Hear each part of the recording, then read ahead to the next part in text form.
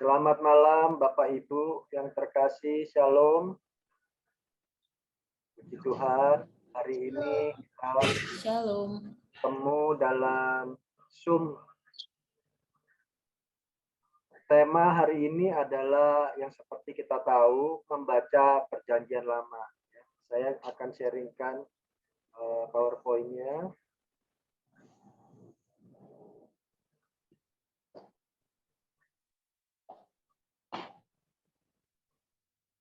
Apakah bisa melihat PowerPoint saya? Bisa, Pak. Bisa, Pak. Bisa, Pak. Saya, oke. Ya, nah di sini ada gambar Santo Hieronymus, ya, yang sedang mencatat Alkitabnya, jadi menulis. Ini satu gambaran bahwa Hieronymus memang seorang santo yang sangat-sangat berjasa dalam penerjemahan Alkitabnya. Mulai saja.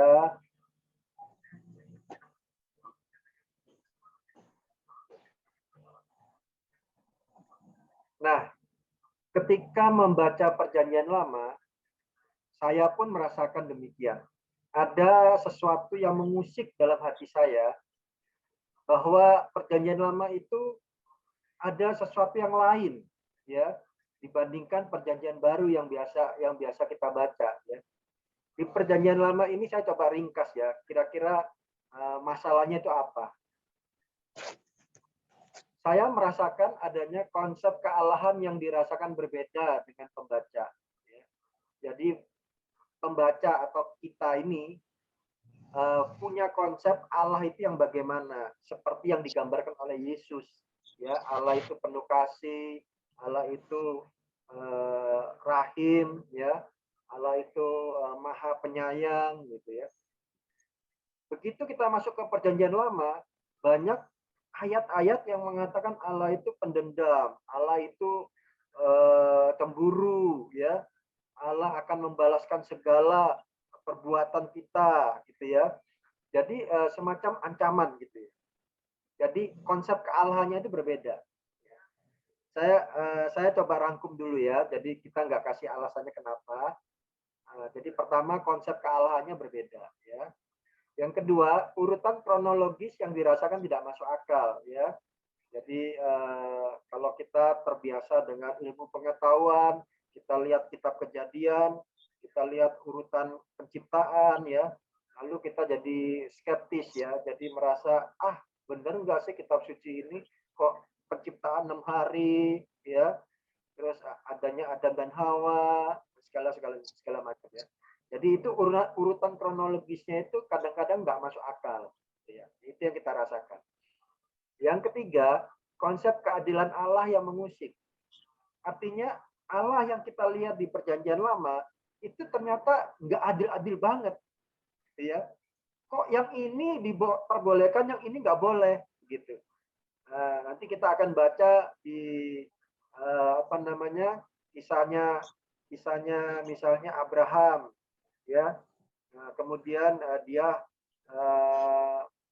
berbuat sesuatu yang tidak menyenangkan buat gundiknya Hagar, ya, dan macam-macam itu menunjukkan bahwa keadilan Allahnya itu berbeda juga, ya.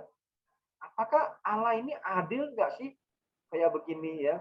Kok Abraham berbuat salah dibiarin, malah diberkatin, sedangkan yang lainnya setengah mati susah payah, Musa susah payah nggak diberkati juga, nggak masuk tanah perjanjian. Padahal dia kan udah setengah mati membawa bangsa Israel keluar dari Mesir, masuk ke gurun pasir itu ya, 40 tahun di gurun, tapi nggak masuk juga ke tanah perjanjian, ya. Jadi keadilan Allah itu bagaimana, gitu ya. Kemudian kurangnya pengertian makna metaforis Perjanjian Lama, ya. Jadi ternyata Perjanjian Lama itu banyak memakai makna-makna metaforis, ya, pembanding. Nah, ini yang kita nggak ngerti. Kita nggak ngerti. Maksudnya pengarangnya di mana itu kita belum ngerti, ya. Lalu ada jurang pemisah bahasa yang dipakai, ya. Jadi bahasa Ibrani dengan bahasa yang kita mengerti kadang-kadang kan memang ada perbedaan, ada gap, ya. Itu yang membuat kita nggak ngerti bahasanya, gaya bahasanya nggak ngerti, ya. Tidak mengetahui tradisi dan kebudayaan saat Perjanjian Lama ditulis, ya. Jadi setiap kitab suci itu ditulis pasti mengikuti adanya tradisi dan kebudayaan, ya. Tradisi dan kebudayaan ini mempengaruhi corak penulisan, ya. Kita nggak bicarakan Alkitab Alkitab suci lainnya, ya. Kitab suci lainnya mungkin mengatakan bahwa itu didiktekan dari Allah, ya, diturunkan secara wahyu, ya, dihafalkan dan baru ditulis dikte, ya. Kalau kita enggak, paham kita bukan begitu. Paham kita, kitab suci itu pasti ditulis dengan tradisi, ya, dengan tradisi, dengan kebudayaan. Lalu ada keraguan, apakah ayat yang dibaca mengandung maksud penulis atau maksud Allah, ya. Jadi ketika saya baca itu saya bingung, ini benar-benar Allah sih ngomong begitu apa enggak sih? Apa memang penulisnya doang nih? Maksud penulisnya gitu, ya. Jadi kita masih ragu, masih bingung, ya. Kalau Allah kok kayaknya begini, nggak mungkin deh Allah. Tapi kalau penulis, masa sih penulis orang namanya kitab suci kok? Ya kan pasti maksudnya Allah dong, begitu, ya. Ini masalah buat kita, ya. Lalu banyak pengulangan, kadang sama, kadang agak berbeda, sehingga mengganggu pengertian mana yang benar, ya. Jadi kadang-kadang ayat itu ditulis lagi di kitab, terutama kitab ulangan, ya, atau kitab imamat, kitab bilangan gitu. Ada pengulangan, ya, pengulangan tapi berbeda sedikit. Nah, lalu kita bingung, yang mana yang benar nih? Yang ini apa yang itu? Begitu, ya. Inilah kurang lebih ini ketika kita baca problem-problemnya itu apa, ya. Dan saya merasakan itu karena saya juga membaca, saya dulu aktif di ABA, ya, di ABA, Ayo Baca Alkitab. Nah, di ABA itu saya membaca Alkitab sudah sampai berapa khatam, ya, dari depan belakang sampai depan belakang lagi, ulang-ulang lagi, ya. Jadi masalah ini yang kita temui, gitu, ya. Oke, sekarang kita simpan dulu masalahnya, kita lihat sekarang. Surat Gembala KWI tahun 91, ya. Ini mengatakan apa? Ini penting, ya. Ada yang memandang kitab suci sebagai sabda Allah yang Maha Tahu. Demikian saudara-saudara yang menganut paham ini memandang kitab suci sebagai sumber informasi mengenai segala hal ikhfal dan yang tidak mungkin tersesat, ya. Kitab suci menjadi semacam himpunan segala macam kebenaran yang harus diikuti dan ditaati secara hurufiah, ya. Yang dianggap sebagai kebenaran dimutlakkan seolah-olah berlaku untuk semua dalam segala bidang dan untuk selama-lamanya. Ini mengandung bahaya. Apa yang sebenarnya merupakan pendapat atau kesan pribadi dimutlakkan sebagai kehendak Allah. Nah, Bapak Ibu, kita bisa membaca bagaimana gereja Katolik memandang kitab suci itu, ya. Jadi dia bilang ada yang memandang kitab suci sebagai sabda Allah yang Maha Tahu. Artinya kitab suci itu pasti benar karena sabda Allah yang Maha Tahu, ya. Semuanya itu Allah itu ngerti dan ditulis di situ. Ya, jadi dia memandang kitab suci itu sangat sakral, ya. Allah mengetahui segalanya. Jadi sabda Allah yang Maha Tahu, ya. Nah, ada yang menganut paham kitab suci ini sebagai sumber informasi mengenai segala hal ikhwan. Jadi kitab suci itu nggak mungkin sesat, ya. Jadi lalu dipikirkan kalau misalnya penafsiran, dicari penafsiran supaya kitab suci jadi benar, gitu, ya. Kitab suci jadi nggak salah, karena kitab suci nggak boleh salah, ya. Ada kelompok-kelompok gereja seberang, ya, itu masih berpikiran seperti itu. Tapi sudah banyak yang sudah berubah, ya. Sudah banyak yang sudah berubah pemikirannya itu, ya. Jadi nggak begitu lagi. Kitab suci menjadi semacam himpunan segala macam kebenaran yang harus diikuti dan ditaati secara hurufiah. Jadi huruf per huruf itu ditaati, diikutin. Nggak boleh keliru. Kalau keliru berarti menyalahi firman Tuhan katanya, ya. Nah, yang dianggap sebagai kebenaran dimutrakkan. Mutlak itu, ya. Jadi seolah-olah berlaku untuk semua bidang selama-lamanya. Berlaku dari alfa sampai omega, ya. Dari zaman dulu, sekarang dan selama-lamanya. Itu kitab suci itu harus berlaku, begitu ya. Nah, sehingga apa yang sebenarnya merupakan pendapat atau kesan pribadi itu dimutlakkan menjadi kehendak Allah. Nah, ini.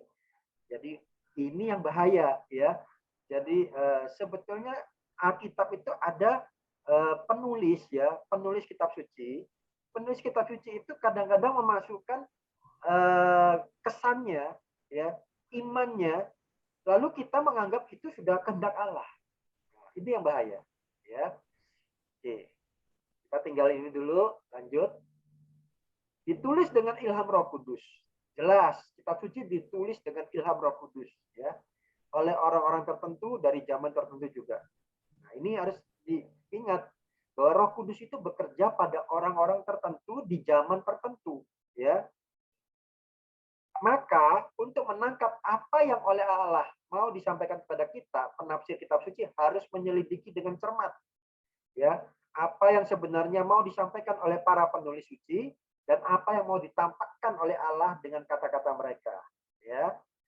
Nah, disinilah kita mulai melihat bahwa ada penulis suci punya maksud, ya, punya maksud, lalu dia tuangkan dalam kitab suci. Tetapi sebetulnya kata-katanya dia itu juga bisa dipakai oleh Allah, ya. Jadi apa yang mau ditampakkan oleh Allah dengan kata-kata mereka, yaitu kata-kata penulis kitab suci itu, ya. Itu De Verbum 12. Jadi kalau Bapak Ibu mau baca silakan di De Verbum, ya, kitab kuning itu De Verbum, Sabda Allah, ya. Kalau yang ikut KPKS nanti pasti ada pelajarannya itu diajarin, ya. Oke. Nah, di sini kita jelas ya Bapak Ibu bahwa kitab suci pasti ada penulisnya, ya, penulis suci. Dan penulis suci itu pasti memasukkan imannya, ya, pasti memasukkan ke maksudnya, ya. Nah, maka tapi Allah bisa menggunakan kata-kata mereka untuk menunjukkan apa yang dimaksud Allah, ya. Gitu ya. Oke, kita lanjut. Nah, kita kenal dengan kata fundamentalisme, ya. Fundamentalisme itu apa? Kitab suci adalah sabda Allah yang didiktekan oleh Roh Kudus sehingga tidak bisa sesat dalam segala detailnya. Nah, ini fundamentalisme, ya. Orang yang mengatakan kitab suci nggak bisa sesat, ya, dalam segala detailnya. Harus benar. Maka itu disebut fundamentalisme. Kemudian dia menolak metode historis kristis, ya, dan segala bentuk tafsirnya dan juga pewahyuan Allah yang historis. Jadi ada penafsiran Alkitab itu dengan cara historis kritis, ya. Historis itu sejarah, kritis itu kritik sejarah, ya. Dan juga pewahyuan Allah yang secara historis. Nah, ini kita akan lihat, ya, metode historis kritis. Kritis itu bukan kristis, ya, kritis. Metode historis kritis adalah metode eksegese, ya, metode tafsir kitab suci yang umum digunakan dalam studi untuk mempelajari kitab suci selama 1 abad terakhir. Jadi metode ini sudah digunakan 100 tahun terakhir, ya. Jadi kita sudah menggunakan metode ini. Kita sudah nggak berpikiran bahwa Alkitab itu suci yang sedemikian sucinya sehingga nggak boleh salah. Nggak bisa begitu, ya.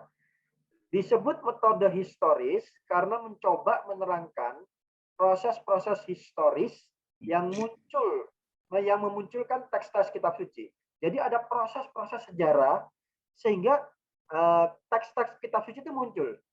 Ada prosesnya, ya. Proses-proses hubungan dengan perubahan sistem bahasa yang seringkali kompleks dan terjadi dalam kurun waktu yang panjang, ya. Itu historis. Disebut metode kritis, karena dalam setiap langkahnya dari kritik tekstual sampai kritik redaksi, metode ini bekerja dengan bantuan kriteria ilmiah agar menjadi seobjektif mungkin, ya. Jadi andaikan ini kitab ya sudah tidak dianggap sebagai harus benar 100%, maka lebih gampang buat penafsir Alkitab untuk mengotak-ngatik ya. Jadi ini semacam ada hidangan di depan kita, kemudian kita mulai mengkritisi. Oh, ini baunya harum ya. Berarti ini pakai apa? Oh, pakai ini, pakai itu. Oh, ada micinnya enggak? Rasanya kok agak nggak enak di lidah ya. Oh, berarti ada micinnya begitu. Jadi ada kritik-kritik di situ ya. Ada tekstual ya. Sehingga kita tahu oh teksnya begini, bunyinya itu artinya apa. Tapi ada kritik redaksi. Artinya pada waktu redaksi itu menyalinnya, itu kemungkinan ada kesalahan nih atau ada tambahan. Ada tambahan, ada pengurangan ya. Biasa Bapak Ibu ya. Karena orang itu selalu inginkan yang baik, terbaik menurut pikirannya. Jadi pada waktu Alkitab itu disalin, pasti ada tambahan atau pengurangan ya, tambahan atau pengurangan dari penyalinnya ya. Biasanya dikasih tanda di bawahnya itu, dikasih kurung atau dikasih apa gitu ya, supaya tahu ini ada penambahan atau pengurangan. Itu biasa. Kalau kita memandang Alkitab itu masuk wilayah sejarah historis modern saat. Tapi saya ingin mengatakan bahwa ada kelompok yang ingin membangun bait Allah yang ketiga. Bisa tolong di mute? Oke, ya. Kalau mau dengar yang lain silakan ya, tapi jangan dikeluarin di sini. Oke. Tahapan metode itu ada kritik teks ya. Nanti yang KPKS akan belajar kritik teks ya. Menentukan teks sedekat mungkin dengan teks asli. Jadi kita lihat teks ya, kita mencari teks aslinya. Ya. Jadi teks aslinya itu misalnya bahasa Ibrani. Kita harus belajar bahasa Ibrani. Kita tahu teks aslinya begini, kenapa kok diterjemahkan begini? Oh, itu berarti ada perbedaan di situ ya. Analisa bahasa. Dianalisa secara linguistik ya. Bentuk bahasa, morfologi dan tata bahasa dan semantik makna kata ya. Nah, ini juga kita analisa bahasanya itu ya. Ada kritik jenis sastra, mengidentifikasikan jenis sastra ya, lingkungan sosial yang memunculkannya, sifat-sifat khasnya dan sejarah perkembangannya ya. Kritik sastra. Oke. Ini Bapak Ibu sekedar tahu aja ya, nggak perlu belajar. Nanti kalau mau belajar, silakan masuk ke KPKS ya. KPKS atau kursus Alkitab yang lebih dalam lagi ya, di situ ada. Kritik tradisi ya, menempatkan teks di dalam arus tradisi ya, berusaha menjabarkan perkembangan dalam tradisi, dalam perkembangan zaman. Jadi kita akan tahu kenapa kok ayat itu ditulis itu. Oh, ternyata tradisinya begitu ya. Pada waktu itu terjadi tradisinya begitu sehingga akhirnya penulis Alkitab itu memasukkan itu gitu misalnya ya. Kritik redaksi, mempelajari modifikasi teks sebelum terbakukan dalam bentuk finalnya yaitu dikanonisasi ya. Mereka itu ada perubahan redaksi ya. Lalu menganalisa bentuk final ini dan berusaha mengidentifikasi kecenderungan yang secara khusus merupakan ciri dari proses akhir ini ya. Kita sekedar tahu aja bahwa itu kita lalui ya. Kalau menafsirkan Alkitab nggak bisa langsung seenak udelnya. Kita baca sesuai dengan teks asli, kita baca ini, baca itu ya. Kritik redaksinya bagaimana, tradisinya bagaimana.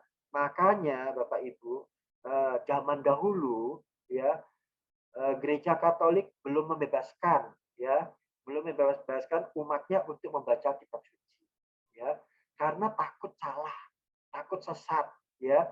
Lalu karena gara-gara Martin Luther bikin skisma ya, akhirnya angin Roh Kudus itu berhembus masuk ke gereja Katolik dan gereja Katolik melalui Konsili Vatikan kedua merubah semua pandangannya ya, yang tadinya ketakutan, takut sesat, takut ini, takut itu, sekarang dibuka. Silakan ya, umat silakan membaca ya, tetapi pasti ada yang namanya kontrol ya. Kita punya kontrol namanya tradisi, magisterium, dan tradisi, magisterium, saya lupa satu lagi, ada 3 ya, 3. Nah itu kita harus pegang. Kalau kita pegang itu aman. Demikian juga saya, ketika saya menafsirkan sesuatu, saya akan cek and recheck dengan 3 itu, ya. Apakah saya menjawab pertanyaan-pertanyaan teman-teman itu sudah benar apa belum? Atau masih ada keraguan di situ ya? Nah, kalau masih ada keraguan, pasti saya akan tulis di situ ada penafsir yang mengatakan demikian dan ada penafsir yang mengatakan demikian. Nah, kalau ada kalimat begitu di jawaban saya, itu berarti masih ragu-ragu, masih abu-abu, ya. Oke. Membaca secara Katolik, ya. Jadi membaca dengan tidak memisahkan teologi, ya. Jadi apa yang kita dapatkan teologi itu kita nggak boleh pisahkan. Banyak aliran yang tidak mau teologi. Jadi hanya Alkitab saja, ya. Padahal teologi itu bisa muncul karena manusia itu untuk mengetahui Allah itu bagaimana sih. Lalu mereka itu berpikir, lalu kemudian merumuskan, ya. Oh Allah ini seperti ini, Allah seperti itu. Itu teologi semua, ya, teologi. Nah, Alkitab itu ketika kita menafsirkan harus dengan barengan dengan teologi, ya. Tetapi di gereja-gereja seberang itu ada yang punya paham teologi dilupakan. Jadi kita ini Alkitab tok, ya, sola scriptura, ya. Jadi kita nggak pusing teologi, ya. Kita pokoknya apa yang tertulis di Alkitab itulah, gitu ya. Itu ada yang pendeta mengajarkan demikian. Ya. Nah, Bapak Ibu kalau sering belanja dengar-dengar di YouTube ya hati-hati juga ya karena kita harus punya kebijaksanaan gitu ya dalam hati kita bahwa itu apakah benar apa enggak gitu ya. Berhikmat gitu ya. Karena ada yang mereka nggak pakai teologi ya. Yang penting Alkitab ngomong begitu ya begitu. Jadi itu harus berdampingan ya, teologi dan ajaran iman, ya, akal budi dan realitas itu harus berdampingan, ya. Nggak bisa kita ngomong Alkitab tok, nggak bisa. Jadi kita harus melihat teologi, melihat ajaran iman, ya, melihat akal budi, melihat realitas, gitu. Makanya ketika kita menafsirkan itu nggak gampang, Bapak Ibu ya. Ada juga pertanyaan yang sulit, yang dimana kita butuh butuh dialog dengan Roh Kudus, ya, dialog dengan Roh Kudus. Dan itu yang namanya dialog dengan Roh Kudus itu butuh waktu, Bapak Ibu. Enggak hari ini saya berdoa langsung saya menemukan gitu, enggak, ya. Karena kalau saya baca Alkitab kemudian baca buku tafsir, kadang-kadang buku tafsir juga enggak begitu jelas kok menjelaskannya itu, ya. Oke. Tidak berhenti pada metode historis kritis, ya, tetapi lebih mendalam secara teologis. Nah, ini. Ya, thank you, Ko. Jadi kita menggunakan metode historis kritis dan teologis, ya, teologis. Makanya kita perlu belajar teologinya juga, ya. Teologi Perjanjian Lama, teologi Perjanjian Baru, itu kita belajar, ya. Gitu. Oke. Santo Thomas Aquinas ya, ini orang pinter nih, Santo Thomas Aquinas ya. Kalau di ilmu pengetahuan yang diturunkan kepada manusia hanya perkataan yang dapat dipergunakan untuk menandai sesuatu ya. Namun di dalam kitab suci, perkataan dan segala yang dimaksudkannya dapat menandai sesuatu ya. Jadi perbedaan ya di sini. Kalau ilmu pengetahuan diturunkan kepada manusia hanya perkataan yang dapat dipergunakan untuk menandai sesuatu. Ya. Dipergunakan untuk menandai sesuatu. Tetapi kitab suci itu perkataan dan segala yang dimaksudkannya dapat menandai, ya, dapat menandai segala sesuatu. Ya. Ini Thomas Aquinas yang berkata demikian. Origen, Bapak Gereja abad kedua, ya, dalam bukunya Homunus Nomus kalau nggak salah itu. Homnum ya. Pertama, huruf itu pahit seperti kulit kacangnya yang hijau. Ya. Kedua, kamu akan sampai pada kulit cangkangnya, yaitu ajaran moral. Ketiga, kamu akan menemukan arti dari misterinya, yang dengannya jiwa-jiwa para orang kudus akan dikenyangkan dan di kehidupan ini maupun di kehidupan mendatang. Ya, jadi artinya baca kitab suci itu kayak ngoncei kacang, ya. Kulit depannya itu pahit, ya, warnanya hijau. Tapi ketika dibuka ada kulit lagi cangkangnya, itu ajaran moral, ya. Dibuka lagi ada ketemu misteri, ya. Misteri itu apa? Rahasia, ya. Jadi rahasia yang kita temukan itu juga belum sepenuhnya itu misteri itu diungkapkan pada kita, ya. Bapak Ibu, makanya kita selalu mengenal Alkitab itu hidup, ya. Artinya misteri itu ya nggak bisa kita kita cerna dalam sehari, 2 hari, atau dalam sekali baca, 2 kali baca, enggak, ya. Misteri itu akan dicerahkan pada manusia yang membaca itu secara progresif, ya, pelan-pelan, ya. Kita akan cerahkan gitu. Oh, hari ini saya baca artinya begini, saya nangkepnya. Tapi mungkin setelah selesai satu Alkitab saya ulang lagi, oh kok bacanya kok jadi lain ya ini. Nah, itu artinya kita mulai dicerahkan, misterinya dibuka, gitu ya. Dei Verbum 25.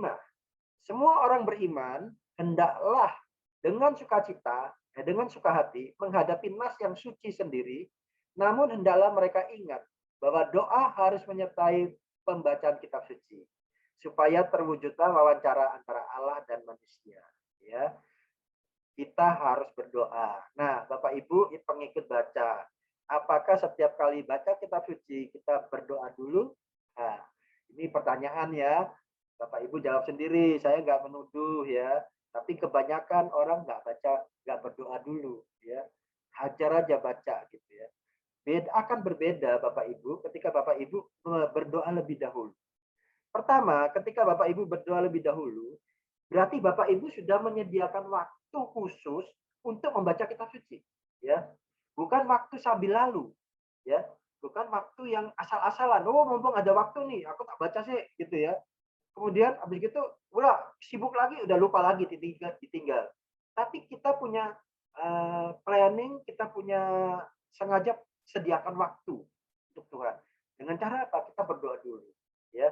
Doanya simpel saja, sederhana. Tuhan, saat ini saya ingin membaca kitab suci, ya. Berikanlah aku Roh Kudus-Mu supaya mencerahkan pikiranku, hatiku, supaya saya mengerti apa yang Engkau maksud dalam kitab suci. Titik, sudah, amin. Itu berarti Bapak Ibu sudah mempersiapkan waktu dan tempat untuk Tuhan, ya, untuk kitab sucinya, ya. Maka doa itu penting, Bapak Ibu, ya. Oke. Ajaran Dei Verbum, ya. Kitab suci adalah kesaksian atas pewahyuan Allah untuk semua manusia. Jadi kitab suci itu kesaksian, Bapak Ibu, ya. Kesaksian atas pewahyuan Allah. Jadi bukan wahyu Allah, ya, tapi kesaksian atas wahyu Allah, ya, untuk semua manusia. Kalau untuk semua manusia berarti untuk manusia zaman perjanjian lama maupun manusia zaman perjanjian baru, ya. Bukan berarti oh itu kitab suci hanya untuk manusia perjanjian lama. Toh, enggak begitu. Kalau begitu ngapain perjanjian lama dimasukin di Alkitab kita, ya. Orang Kristen tuh nggak butuh perjanjian lama sebetulnya, ya. Karena apa? Karena paham seperti itu. Perjanjian lama hanya untuk orang perjanjian lama aja, enggak begitu, ya. Justru perjanjian lama itu menubuatkan perjanjian baru, kan begitu. Jadi makanya ada kesinambungan ditarik. Nah, kita yang membaca itu hidup dalam perjanjian baru. Flashback ke belakang, gitu ya, ke belakang ke perjanjian lama. Nah, makanya kita harus tahu juga bahwa penulis kitab suci itu pun nggak langsung pada tanggal itu, bulan itu, tahun itu menulis, ya. Kejadian Abraham, kejadian Musa itu ditulis ratusan tahun setelah kejadiannya itu berlalu, ya. Makanya teori yang mengatakan bahwa Pentateuch itu dikarang oleh Musa itu sekarang jadi pertanyaan, Bapak Ibu, ya. Jadi pertanyaan, ya. Ya mungkin ada beberapa ayat atau perikop yang ditulis Musa mungkin, ya, kita nggak tahu, ya. Tetapi setelah itu bisa saja itu ditulis oleh murid-muridnya, bisa juga penulis-penulis suci, kita nggak tahu. Yang jelas Pentateuch itu terdiri dari banyak banyak tradisi penulisannya. Dalam satu kitab aja Kejadian itu ada 3 tradisi, ya. Tradisi Yahwis, tradisi Deuteronomis, dan tradisi Priest, ya. Yang satu tentang imam, yang satu tentang Allah, yang satu tentang Elohim, Elohim ya, Elohis ya. Jadi tentang Allah yang Elohim, ada Allah yang Yahwis, ada tentang imam ya. Jadi 3 tradisi itu aja sudah menunjukkan bahwa ada 3 penulis ya. Belum lagi nanti kita melihat ternyata cerita-cerita itu ada juga cerita legenda ya, cerita legenda yang terjadi di zaman itu ya, di tempat itu ya. Misalnya kisah Adam dan Hawa itu ada juga legendanya di Mesopotamia, ceritanya mirip. Lalu kita kalau memakai metode historis kritis, kita akan melihat bahwa penulisnya itu menggunakan legenda yang ada di masyarakat itu diangkat menjadi legenda, bukan legenda, menjadi kisah penciptaan kita, gitu ya. Apakah itu salah? Belum tentu salah, tapi juga belum tentu betul, ya. Nah, jadi kita harus melihat legenda-legenda itu yang terjadi yang ada di seputar penulisan Alkitab itu. Dan ternyata ada beberapa yang klop, ya. Makanya kita bilang, yang ini maksud Tuhan itu seperti ini, tapi sesungguhnya historisnya bukan begitu, ya. Contohnya kitab suci mengatakan 6 hari penciptaan, ya. Itu kalau kita membacanya itu jangan berpikir, waduh luar biasa ya Tuhan, 6 hari langsung jadi, langsung jadi. Ya memang benar sih, Tuhan itu kan maha kuasa ya. Tetapi pastilah ini ada tahapan-tahapan ya. Jadi kitab Kejadian itu ingin menjelaskan bahwa penciptaan itu gradual ya. Penciptaan itu bertahap dari yang paling sederhana sampai yang sempurna ya. Tapi selalu dikatakan ini baik, itu baik, dan terakhir manusia sangat baik, ya begitu. Nah itu kita harus tahu ya Bapak Ibu. Kemudian ada 2 macam cara membaca, yaitu metode historis kritis dan metode yang lebih sederhana, yaitu Lectio Divina ya. Lectio Divina itu artinya apa? Itu pasti Bapak Ibu tahu lah. Ya, mengambil satu ayat, kemudian mengunyah-ngunyahnya, merenungkannya, kemudian mengkontemplasinya ya. Lectio Divina gitu. Kemudian publikasi dari para ahli diharapkan membantu umat beriman ya. Makanya kita juga perlu untuk melihat buku-buku tafsir ya. Karena buku tafsir itu juga ada ahli-ahlinya yang belajar ya, yang menyelidiki ya. Dan itu kita perlu tahu juga gitu. Nah, buku tafsir itu berkembang terus Bapak Ibu ya. Kalau Bapak Ibu masih memakai buku tafsir yang tahun berapa, itu perlu di-upgrade ya. Ada buku tafsir yang lebih baru karena berdasarkan penemuan arkeologi ya, maka ditemukan ini begini, begitu ya. Perahu Nabi Nuh misalnya gitu. Apakah benar sampai di puncak gunung gitu. Ternyata ditemukan, ya benar ini. Dari penelitian karbonnya dari sekian ribu tahun gitu misalnya. Nah, itu para ahli yang ini. Kita hanya membaca saja, begitu ya. Kita percaya saja gitu. Tapi jangan pikir bahwa itu akan berlaku selamanya ya. Penafsiran itu tidak berlaku selamanya karena nanti akan ditemukan lagi yang baru sehingga bukan mengalahkan istilahnya menyempurnakan yang lama gitu ya, menyempurnakan yang lama. Terus begitu ya. Sekarang kita masuk ke Perjanjian Lama. Apa sih Perjanjian Lama itu? Ya.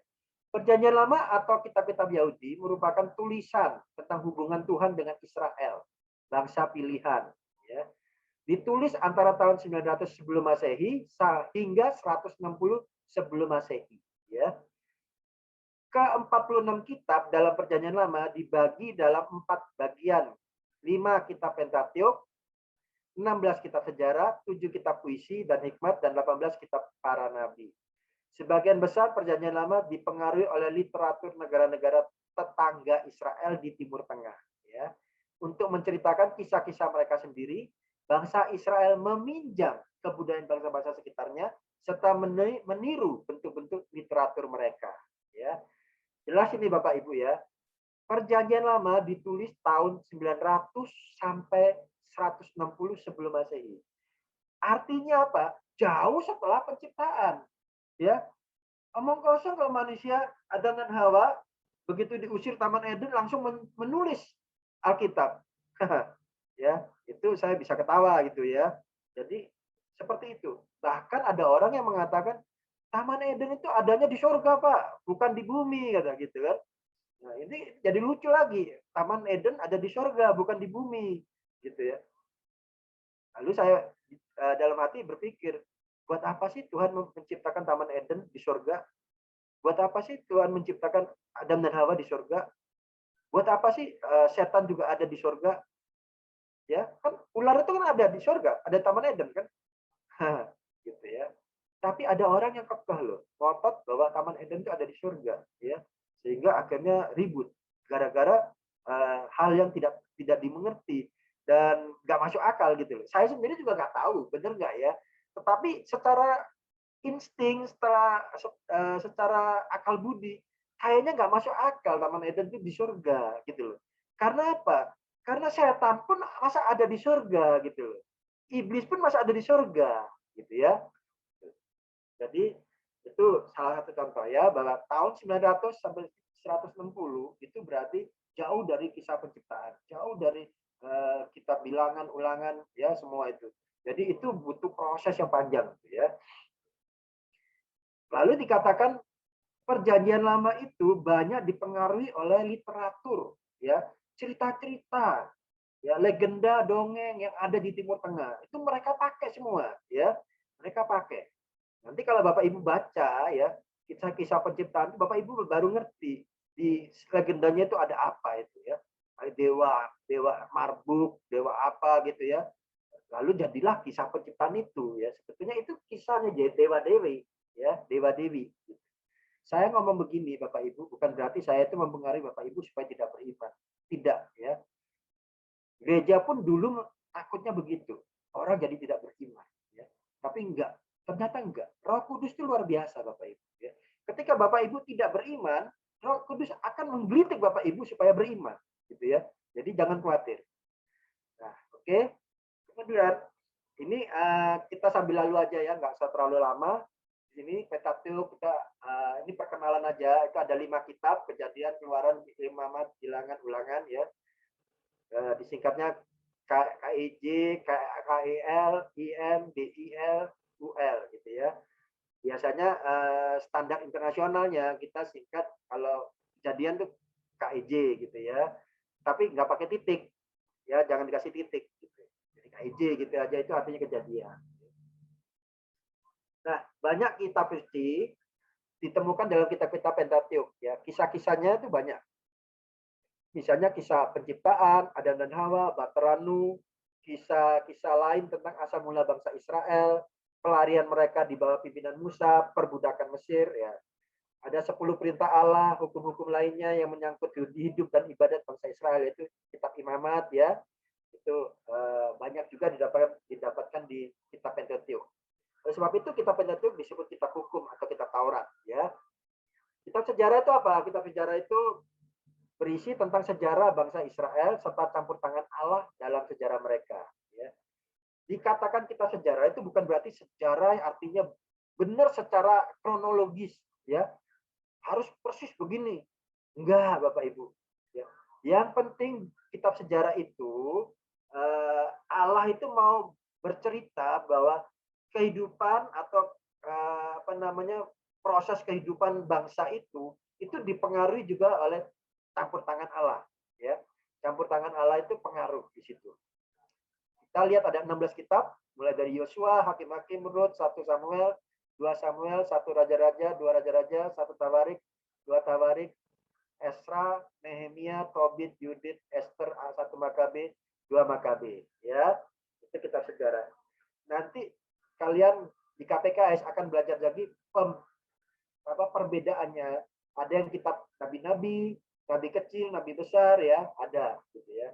Saya nggak terlalu mengulas itu. Kitab para nabi itu artinya kitab yang ditulis oleh nabi besar, ya. Kitab para nabi menjaga agar bangsa terpilih tetap setia pada perjanjian yang telah mereka buat dengan Tuhan dan membawa mereka kembali apabila mereka menyimpang dari Tuhan, ya. Makanya Bapak Ibu baca di kitab para nabi nanti ada banyak peraturan-peraturan yang diulang lagi, disebutkan lagi. Tujuannya apa? Supaya bangsa terpilih ini kembali kepada perjanjian, ya. Perjanjian Allah dengan manusia dan manusia dengan Allah, ya. Itu maksud dari penulisannya itu, ya. Tulisan-tulisan yang sangat berpengaruh menggambarkan dengan jelas gambaran jika mereka setia dan hukumannya jika mereka tidak setia. Jadi jelas sekali ya, kalau mereka setia pahalanya apa? Kalau nggak setia hukumannya apa? Ya. Di samping itu secara misterius kitab-kitab para nabi menubuatkan kedatangan Sang Mesias. Pasti Bapak Ibu nanti kalau baca dengan teliti itu banyak sekali nubuat-nubuat tentang Mesias. Itu muncul di kitab para nabi, ya. Jadi pada waktu kita baca kitab para nabi nanti, pikiran kita itu harus penuh dengan nubuat, ya. Sehingga ketika kita baca ini kita perlu curiga, ini nubuat apa ini nantinya? Nubuat apa gitu, ya. Jadi pasti ada nubuatnya, ya.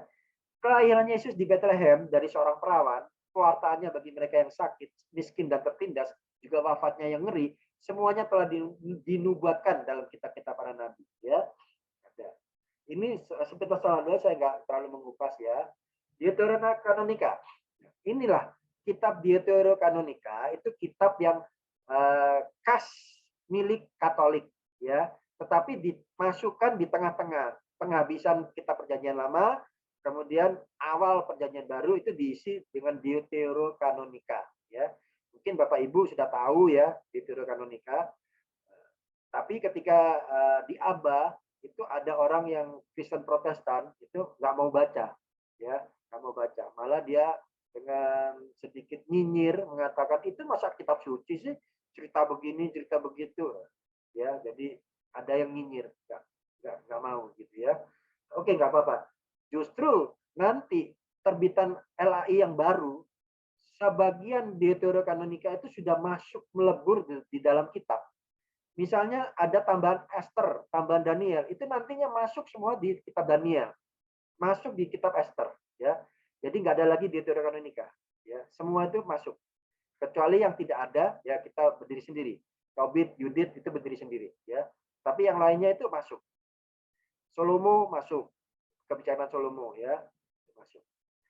Jadi mau nggak mau, Bapak Ibu, ternyata mereka menyelidiki, orang-orang Protestan itu menyelidiki dan mengatakan apa? Justru di kitab Deuterokanonika ini ada link yang terputus. Kalau kita nggak masukkan ini, ada link yang terputus, benang merah yang terputus, ya. Nah itu, mereka sudah sampai ke situ pemikirannya, ya, karena historis kritis, ya. Kisah-kisah tentang para tokoh terkenal, baik pria maupun wanita dalam sejarah Israel dapat ditemukan dalam kitab-kitab ini, termasuk tentang Raja Daud, Raja Salomo, Deborah, Yudit, Ratu Esther. Ya. Kitab-kitab sejarah menunjukkan, mengungkapkan suatu pola hubungan yang menarik antara Tuhan dengan bangsa pilihannya. Apabila mereka setia pada Tuhan dan pada hukum-hukumnya, maka hidup mereka sejahtera dan Tuhan melindungi mereka dari para musuh. Tetapi apabila mereka menyembah Allah-Allah lain dan hidup penuh setelah di hadapan Tuhan, dengan kata lain mengatakan kepadanya, kami tidak membutuhkan engkau, maka bencana datang susul menyusul menimpa mereka. Ya, silakan Bapak Ibu nanti kalau sudah sampai di kitab Deuterokanonika, Bapak Ibu baca, ya, itu bagus sekali, ya. Oke, di kitab para nabi ada 18, saya nggak bacakan. Di Deuterokanonika ada 9. Tobit, Yudit, tambahan Esther. Nah, tambahan Esther ini nantinya terbitan yang baru akan masuk ke Esther. Ya, kebijaksanaan Yesus bin Sirak, Yesus bin Sirak baru tambah Daniel. Ini pun masuk ke Daniel, ya. 1 Makabe, 2 Makabe, ya. Jadi ada 9 kitab.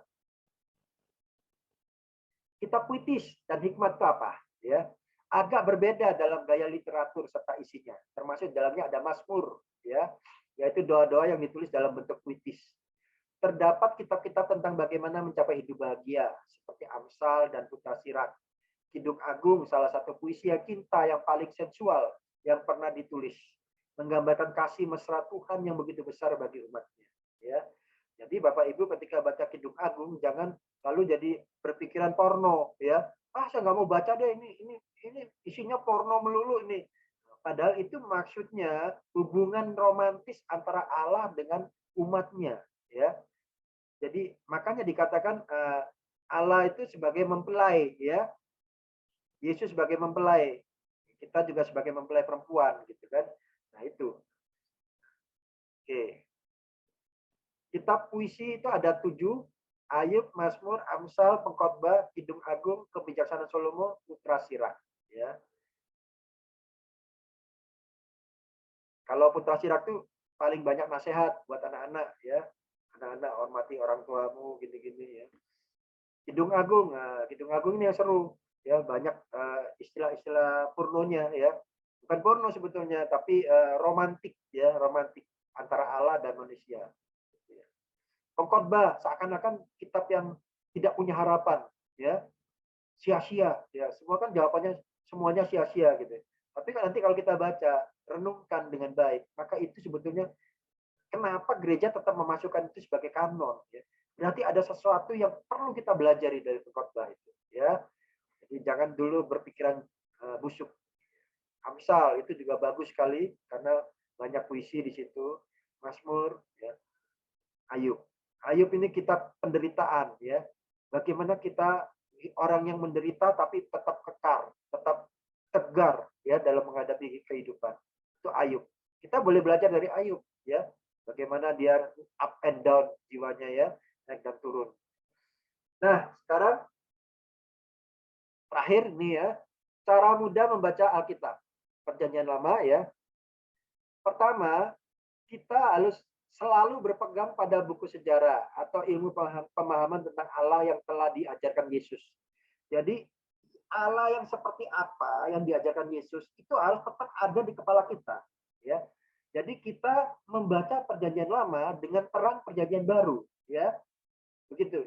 Paham ya Bapak Ibu, ya. Jadi pikiran kita itu harus pikiran Perjanjian Baru tapi membaca, mengkritisi Perjanjian Lama, gitu, ya. Itu satu. Dua, bahasa kitab suci menggambarkan Allah dengan sifat manusia. Itu disebut bahasa antropomorfis. Ya, antropos itu artinya manusia. Morfi artinya bentuk.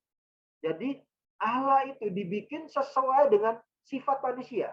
Ya, makanya digambarkan Allah yang pencemburu, Allah yang marah, Allah yang pendendam. Ya, wah itu sebetulnya gaya bahasa aja itu Bapak Ibu, ya.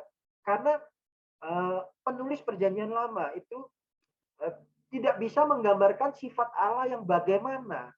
Ya, jadi dia harus menggambarkan sifat Allah yang manusia sendiri bisa mengerti, ya.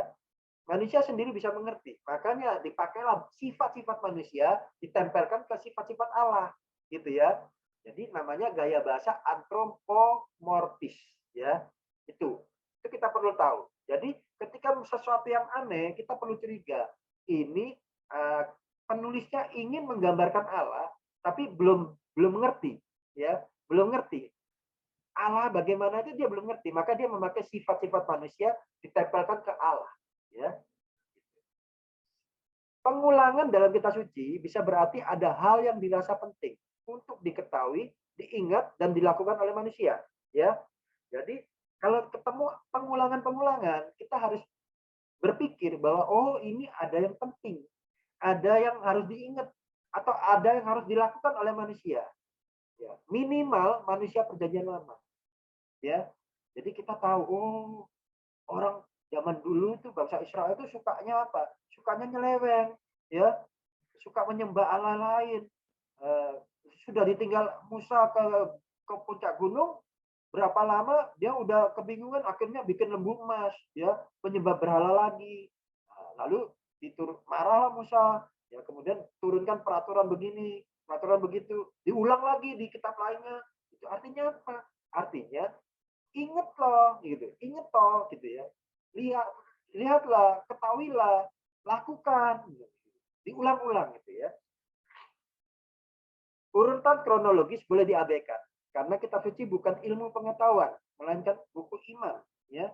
Jadi kita baca kitab suci itu kita melihat ini iman orang Israel, ya, perjalanan iman, refleksi iman orang Israel yang kemudian kita bisa petik buahnya, ya, kita petik manfaatnya, ya. Bagaimana susah ininya ya, susahnya mempertahankan iman orang Israel itu susah loh mempertahankan iman Bapak Ibu. Karena apa? Karena dia dikepung oleh bangsa-bangsa kafir ya yang menyembah dewa dewi. Tapi dia harus kokoh untuk mempertahankan monoteismenya itu, ya, satu Allahnya itu. Nah, itu luar biasa Bapak Ibu. Itu kalau kita baca di Alkitab Perjanjian Lama, itulah perjuangan mereka, ya. Itulah perjuangan mereka dan itu kita harus pelajari, ya. Buku iman, bukan buku sejarah, ya. Lalu kitab suci merupakan refleksi iman manusia pada masanya dan kita perlu mengetahui karena merupakan kesinambungan pada iman kita di zaman sekarang, ya. Bapak Ibu tahu nggak? Yesus itu imannya apa? Agamanya apa? Agama Yahudi, Bapak Ibu, bukan agama Kristen, ya. Artinya iman kita itu akarnya itu dari agama Yahudi, ya. Akarnya itu dari agama Yahudi. Makanya kita perlu belajar, kita perlu tahu gitu ya. Jadi refleksi imannya manusia pada zaman dulu itu kita ketahui karena itu akan nyambung ke kita, ya, nyambung ke kita. Gitu. Oke, sampai di sini selesai Bapak Ibu. Saya kembalikan ke host. Mungkin ada pertanyaan, silakan. Wah, thank you Om Karel buat penjelasan yang sangat-sangat komprehensif ya. Jadi kita nggak cuma asal baca gitu, cuman kita tahu background-nya, oh kayak gini, cara pandangnya gimana, gitu. Mungkin teman-teman ada yang mau bertanya? Ada yang kurang jelas atau masih ada bingung-bingung gitu? Pak, cuma sebenarnya aku mau nanya. Neta yang nanya, kita berdua nanya. Kalau buat, kan Pak Karel tadi bilang buat yang imamat ya, itu adalah basis hukum Taurat. Nah, berarti kalau misalnya zamannya Tuhan Yesus, kalau Farisi-Farisi itu mereka ngereferensiin dari kitab imamat itu ya? Ya, Gimana? kitab imamat. Hukum Taurat itu dari kitab imamat. Berarti kalau Imamat itu kan peraturan yang buat imam, ya. Imamnya harus begini, harus begitu kan itu di imamat. Gitu. kalau Tuhan Yesus pas baca apa tuh? Baca gulungan-gulungan itu juga dari imamat. Macam-macam. Oh, macam-macam. Oh. Ya, macam-macam. Kitab Yesaya juga dibaca. Ya kan ada kan? Oh iya, ya. Ya. Wah. Ya, itu berupa gulungan betul. Nggak ada kitab-kitab begini, nggak ada gulungan.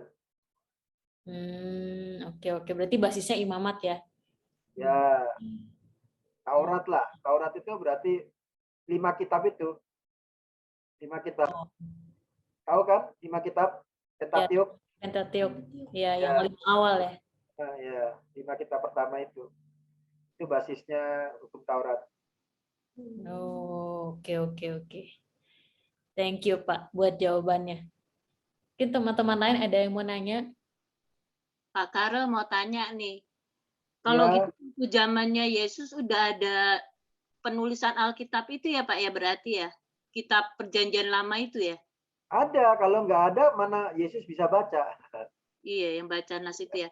Terus udah gitu kalau yang dimaksud Yesus Injil itu apa Pak berarti? Injil itu kabar baik. Euangelion.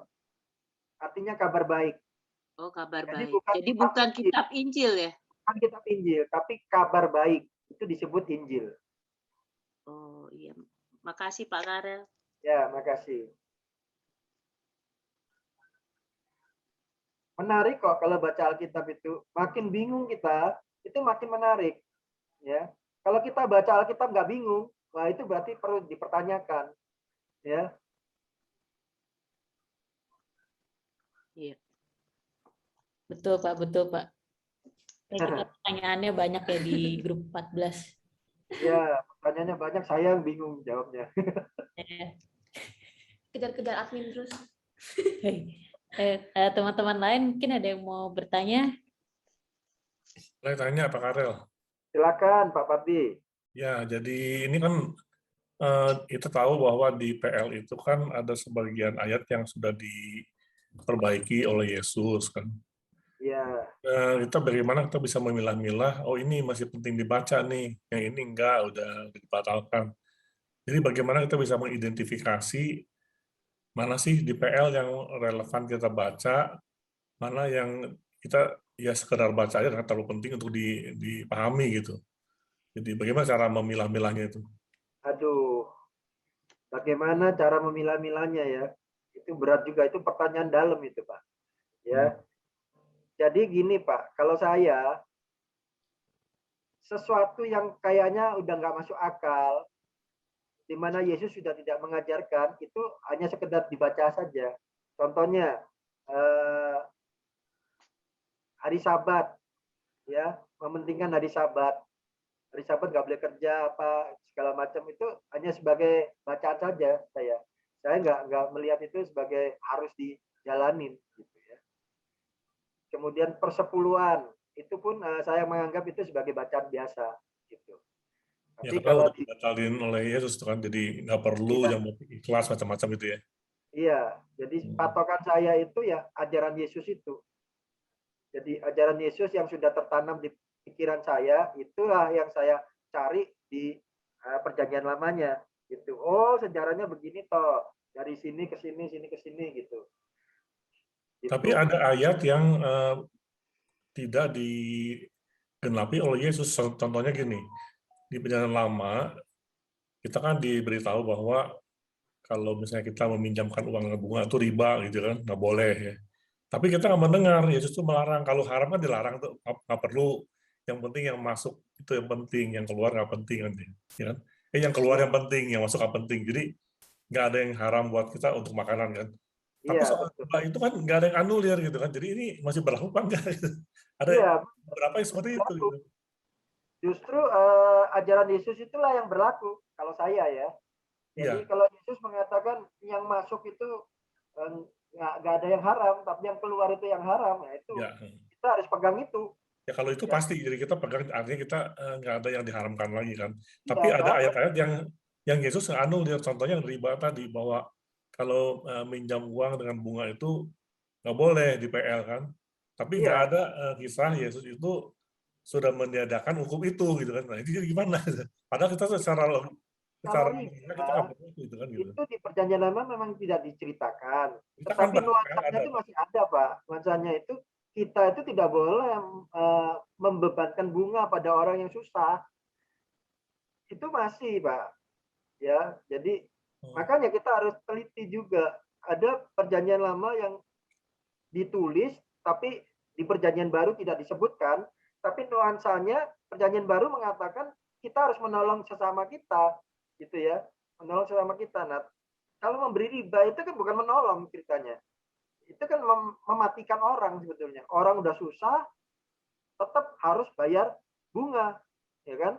Nah, berarti itu mestinya masih boleh, masih berlaku walaupun tidak diceritakan di perjanjian baru. Ya, Masih Pak Karel. ya, terima kasih.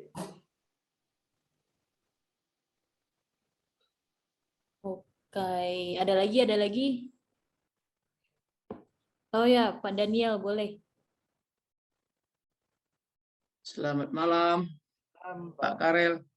Ya. Saya Pak Purba, Pak Daniel Purba dari Bengkulu. Oh, jauh banget. Oh. Daniel Purba. Nah, iya Pak. Pertanyaan saya Ya. ada dua. Yang pertama, di liturgi kita, liturgi Sabda, Ya. itu pasti kan ada bacaan pertama, bacaan kedua, Ya. atau bacaan pertama dan bacaan Injil.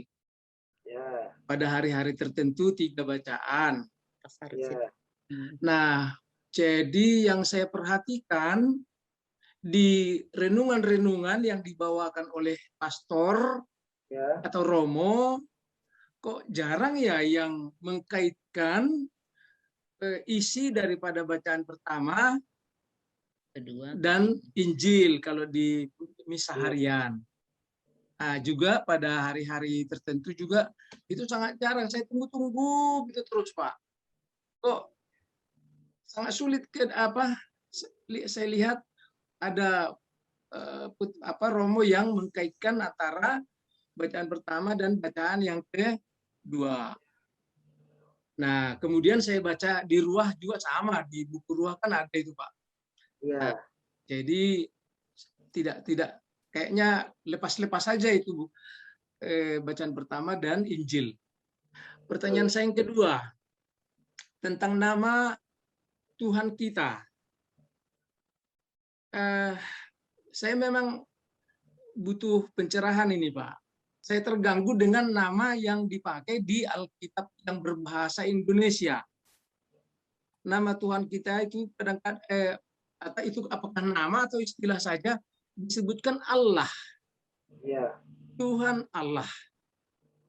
Nah, kemudian kalau saya baca di buku Alkitab yang berbahasa Batak, saya kan orang Batak, Pak. Ya.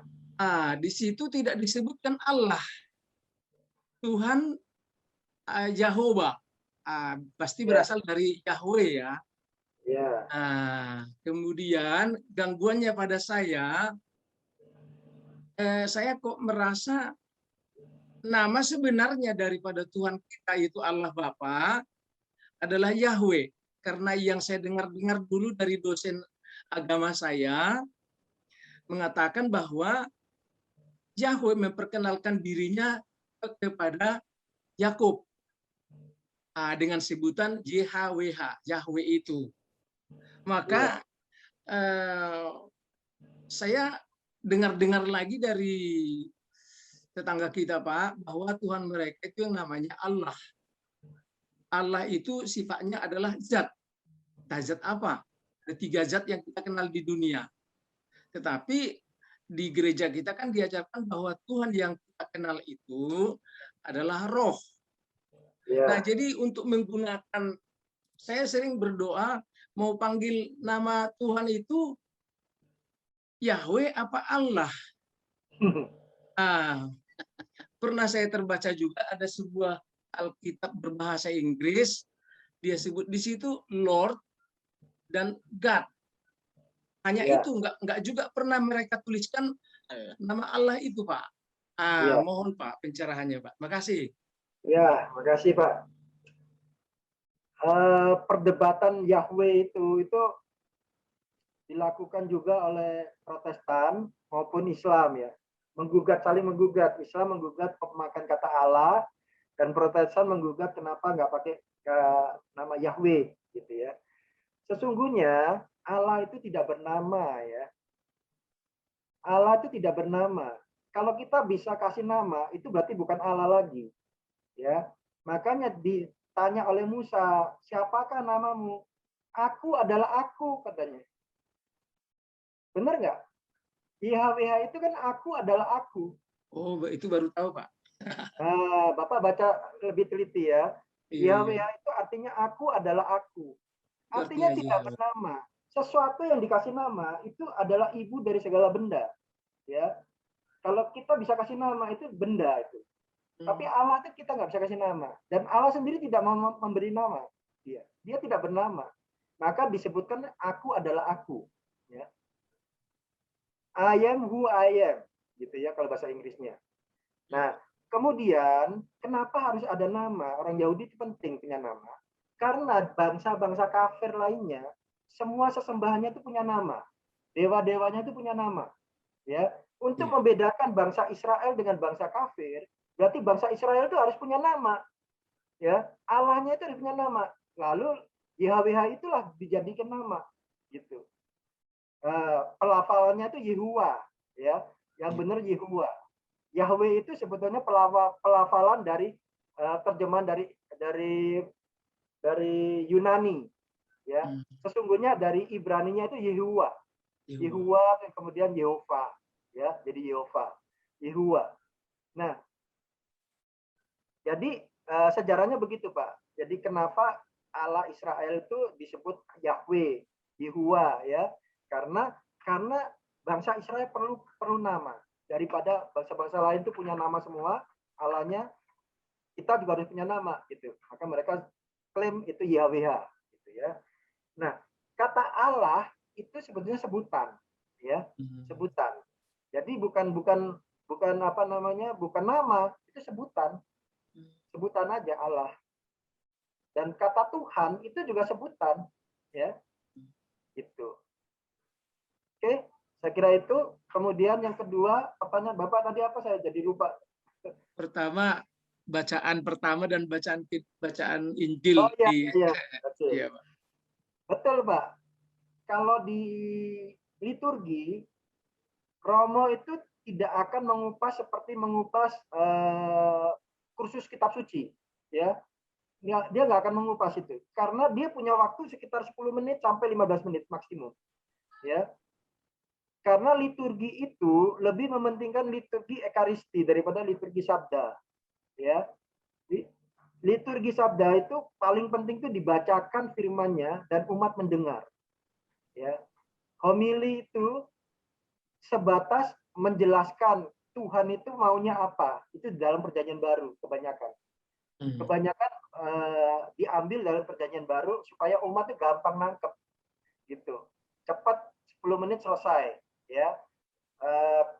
Kisah-kisah homilinya itu diambil dari contoh-contoh kehidupan sehari-hari, ya, supaya umat tuh langsung kena, tangkep, gitu ya.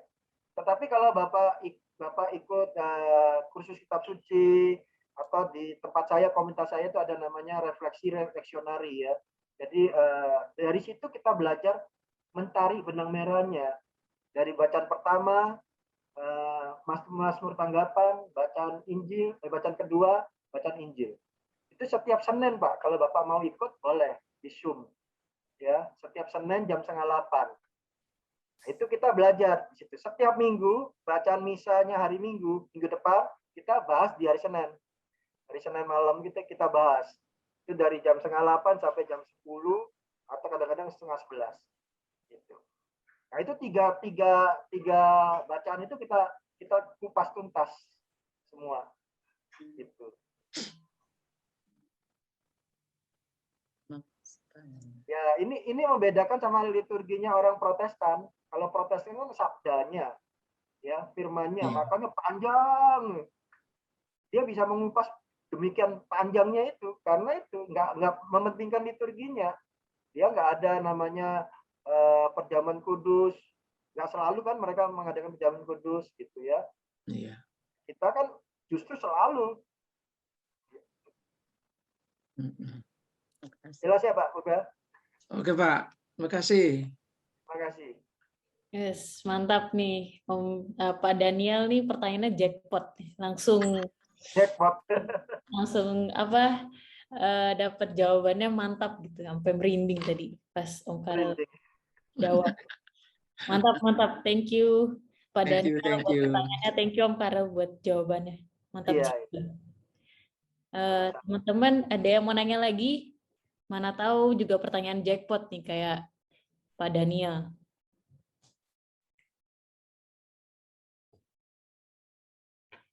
Kita ada Romo Ardi loh di sini. Oh, Romo Ardi.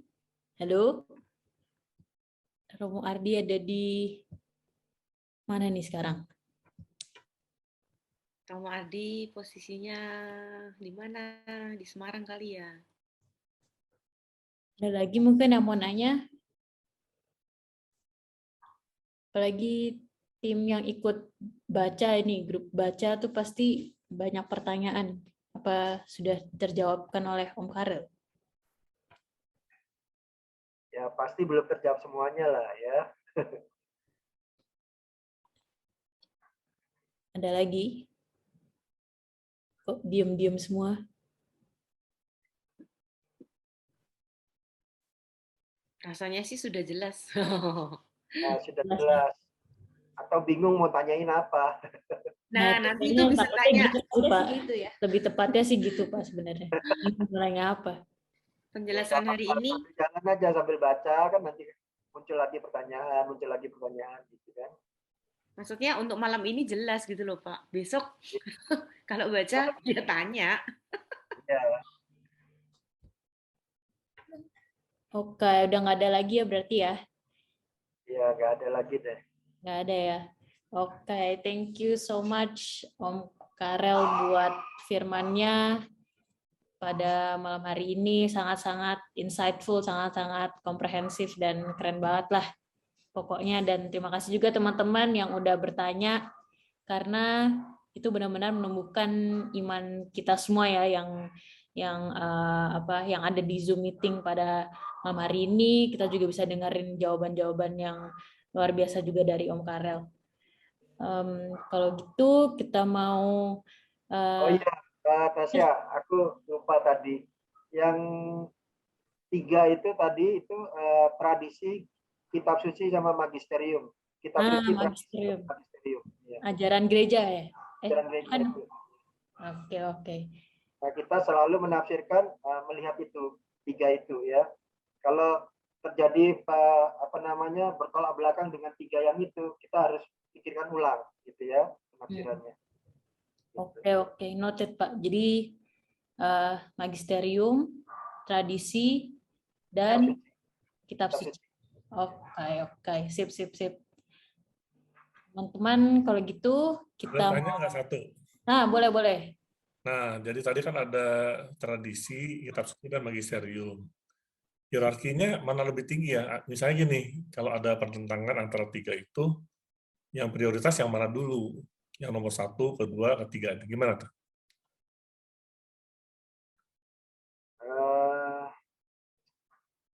Biasanya ya, magisterium itu tidak menyalahi kitab suci, ya. Jadi kitab suci itu yang tertinggi patokannya. Jadi kalau ada perbedaan pendapat, tidak boleh menyalahi kitab suci. Itu berarti kitab suci itu yang tertinggi, gitu. Ya. Oke.